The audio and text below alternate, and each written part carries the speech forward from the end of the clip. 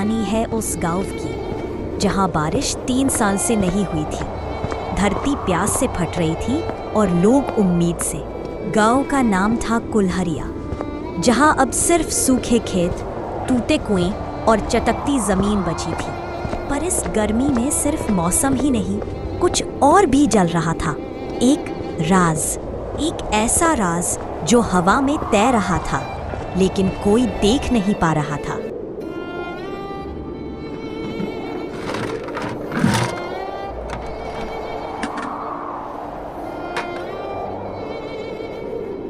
फिर से सूखा, एक भी बूंद नहीं।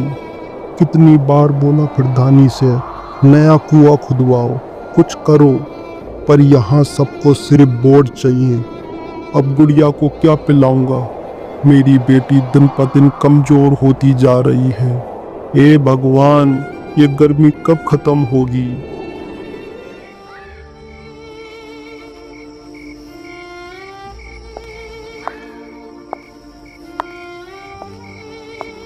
ये लो रामू, बस यही बची है, गुड़िया को दे दो, खुद हम बाद में देख लेंगे।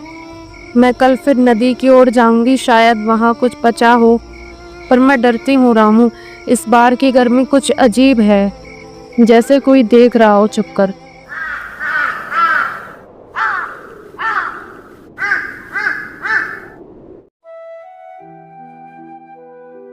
माँ, बहुत प्यास लगी है।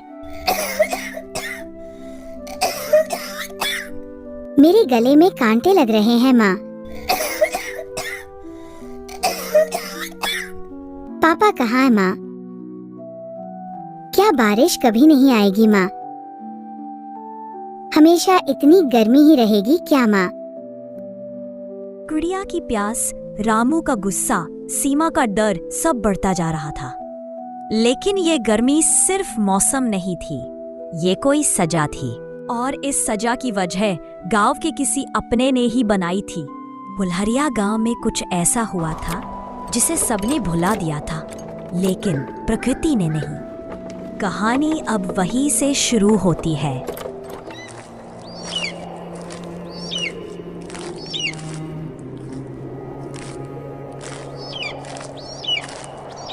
गांव के हालात बिगड़ते जा रहे थे।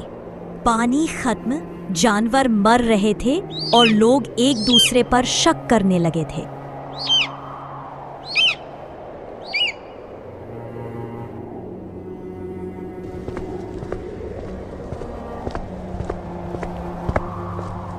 गांव के चौपाल में आज एक मीटिंग बुलाई गई थी, उम्मीद के नाम पर लोगों को नहीं पता था कि आज सच के कुछ दरवाजे खुलने वाले हैं।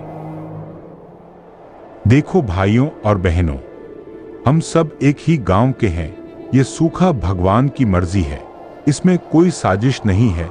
मैंने तहसील से पानी के टैंकर मंगवाने की कोशिश की है, बस थोड़ा और सब्र करो। और हाँ, कोई अफवाहें न फैलाए कि यहाँ कोई श्राप है या कोई पुराना पाप, ये सब बकवास है। तू झूठ बोलता है श्यामलाल, मैंने सब देखा है। गांव की सीमा पर वो बूढ़ा साधु आया था और तूने सबके सामने उसका अपमान किया था। वो तुझसे सिर्फ पानी मांगने आया था और तूने उसे मार मार कर भगा दिया। तभी उसने कहा था ये गांव अब जल के लिए तरसेगा। वो श्राप था, कोई आम बात नहीं थी।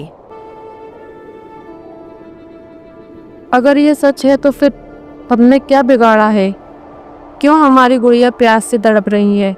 हमें उस साधु को ढूंढना होगा, या फिर उसकी कही कोई बात जो याद हो उसे समझना होगा। पर कोई तो रास्ता होगा, कोई तो उपाय होगा। गांव का माहौल अब बदल चुका था। जहां पहले लोग गर्मी से डरते थे, अब वो अपने ही किए पर पछता रहे थे। लेकिन असली डर अब आने वाला था, क्योंकि उसी रात गांव की सीमा पर एक अजनबी आया। सांवला चेहरा और आंखों में चुप्पी। वो कौन था और क्यों आया था कुल्हरिया में? रात का समय था। पूरा गांव अंधेरे में डूबा हुआ। गर्मी का ऐसा असर था कि पत्ते भी हिलने से डर रहे थे। तभी गांव की सीमा पर एक परछाई दाखिल हुई। उसके पास कुछ था, कुछ ऐसा जो गांव की किस्मत बदल सकता था या तबाह कर सकता था।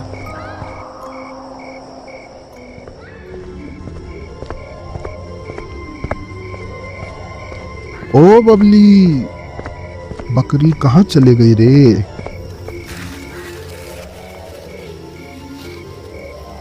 ये कौन है? ये अंधेरे में। ए सुनो, कौन हो तुम? गांव की हद में क्या कर रहे हो? मैं वहां से आया हूं जहां से पानी निकलता है और जहां से श्राप शुरू हुआ था। जो सपना मैंने कल देखा था, क्या वो सच होने जा रहा है? एक आदमी आएगा जो प्यासों को रास्ता दिखाएगा, पर अगर गांव ने उसे पहचानने में भूल की तो ये आग सिर्फ धरती नहीं, आत्माएं भी जला देगी।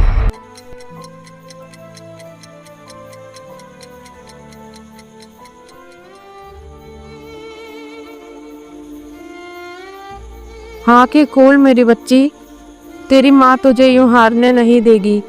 हे भगवान, अगर कोई रास्ता है तो दिखा। अब किसी नेता, किसी प्रधान पर भरोसा नहीं। अब या तो कोई चमत्कार या मौत।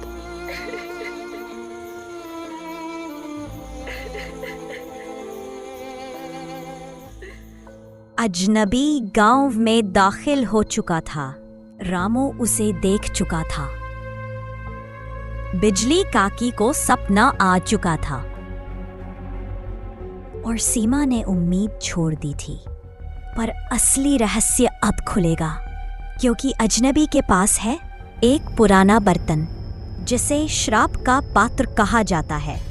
क्या ये वही साधु है या कोई और शक्ति जिसे गांव ने बुला लिया है अनजाने में?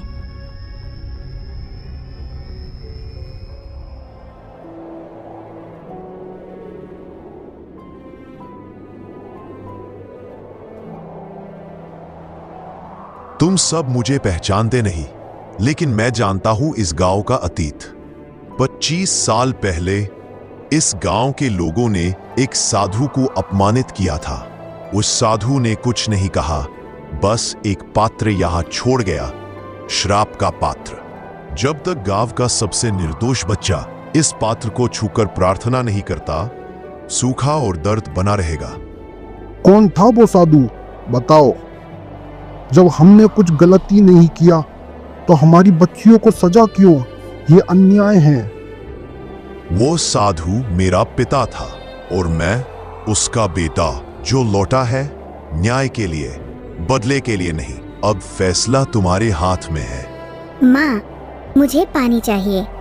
हाँ बेटा हाँ, अभी मिलेगा, बस तू ठीक हो जा। यही है वो बच्ची, मासूम। अगर इसकी प्रार्थना सच्ची हुई तो सब बदल जाएगा। गुड़िया ने अपने नन्हे हाथ उस पात्र पर रखे, आंखें बंद की और कहा, भगवान सबको पानी दे दो, मेरी माँ को बचा लो। और फिर आसमान में बादल गरजे, धरती ने हिलना शुरू किया और गांव के बीचों बीच एक पुराने कुएं से पानी फूट पड़ा। बच्चों की दुआओं में ताकत होती है। जहां बड़ों का घमंड खत्म होता है, वहीं से जीवन की धारा बहती है। आप तो फरिश्ता निकले। नहीं, मैं बस एक बेटा हूं जो अपने पिता के अपमान का बोझ लेकर आया था और अब उसे यही मिटा गया।